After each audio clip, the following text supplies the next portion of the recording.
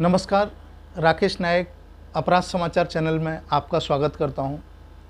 दोस्तों, आज सबसे पहले आप सबको विश्व परिवार दिवस की हार्दिक शुभकामनाएं देता हूं। दोस्तों, हमारा ये मानना है कि भारत की परंपराएं जो कि वसुधैव कुटुंबकम की मान को रखते हुए पूरा विश्व ही हमारा परिवार है, ऐसी धारणा और विश्वास के साथ हमारी संस्कृति ने हमें सिखाया है। साथियों, कोरोना महामारी का जो दुष्प्रभाव बड़ी तेज़ी से हमारे देश में ग्रामीण क्षेत्रों की ओर फैल रहा है, इससे हमें घबराने की या डरने की आवश्यकता नहीं है। साथियों, हमारी केंद्र सरकार और राज्य सरकारों ने पूरी ताकत के साथ इस लड़ाई को जीतने का मन बनाया है और संकल्पित भाव से पूरी कोशिश की जा रही है। जिन राज्यों में बहुत बड़े पैमाने पर ऑक्सीजन का अभाव था, मेडिसिन्स की कालाबाजारी थी, वो सब रुक रहा है, बड़ी तेज़ी से रोका जा रहा है। साथ ही साथ वैक्सीनेशन बहुत बड़े पैमाने पर करने के लिए भारत सरकार तत्पर है। दोस्तों, हमें इस कोरोना महामारी से डरने की कोई भी आवश्यकता नहीं है।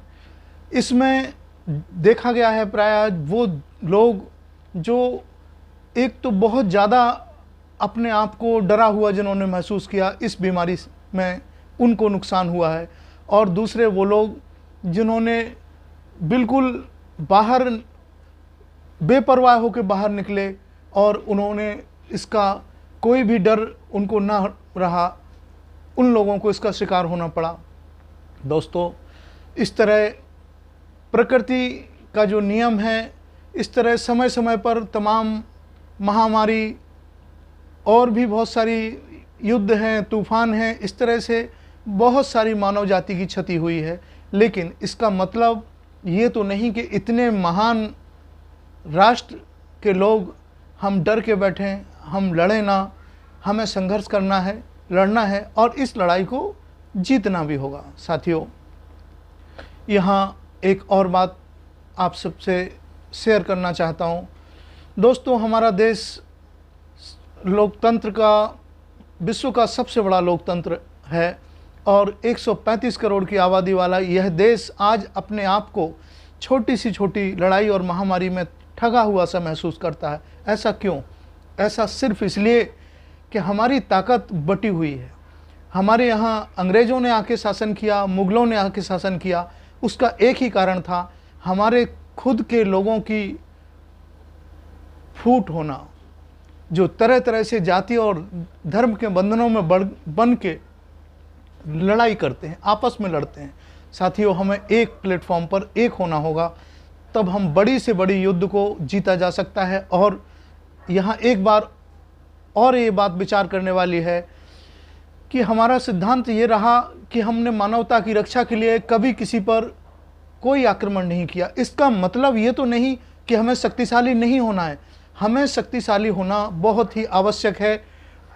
वो अलग बात है हम किसी को आक्रमण ना करें, लेकिन दुश्मनों को जवाब देने की क्षमता हमारी होनी ही चाहिए। दोस्तों, इस मानव धर्म की रक्षा में इस मानव के चेहरे के साथ साथ जो दानव लोग छुपे हुए हैं, उनको समय समय पर हमारे भारत भूमि में भगवान राम और भगवान श्री कृष्ण ने जन्म लिया और उन्होंने हथियार उठाए और उन दुराचारी शक्तियों का नाश किया। इसलिए साथियों, दोस्तों, हमें हर तरीके से आर्थिक तौर पर, राजनीतिक तौर पर, सामाजिक तौर पर और डिजिटल तौर पर, साथ ही साथ अगर किसी भी तरह का बायोलॉजिकल वेपन्स के द्वारा भी युद्ध लड़ा जाता है तो हमें उसकी भी तैयारी करनी ही होगी।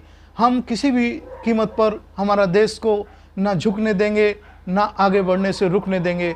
साथियों, यहाँ एक ही बात आप सब लोगों से कहना चाहता हूँ, देश के लिए लड़ना सीखो और जीना है तो मरना सीखो। दोस्तों, आज का यह एपिसोड यहीं पर समाप्त करता हूँ। कल पुनः आपसे मुलाकात होगी। जय हिंद, जय भारत।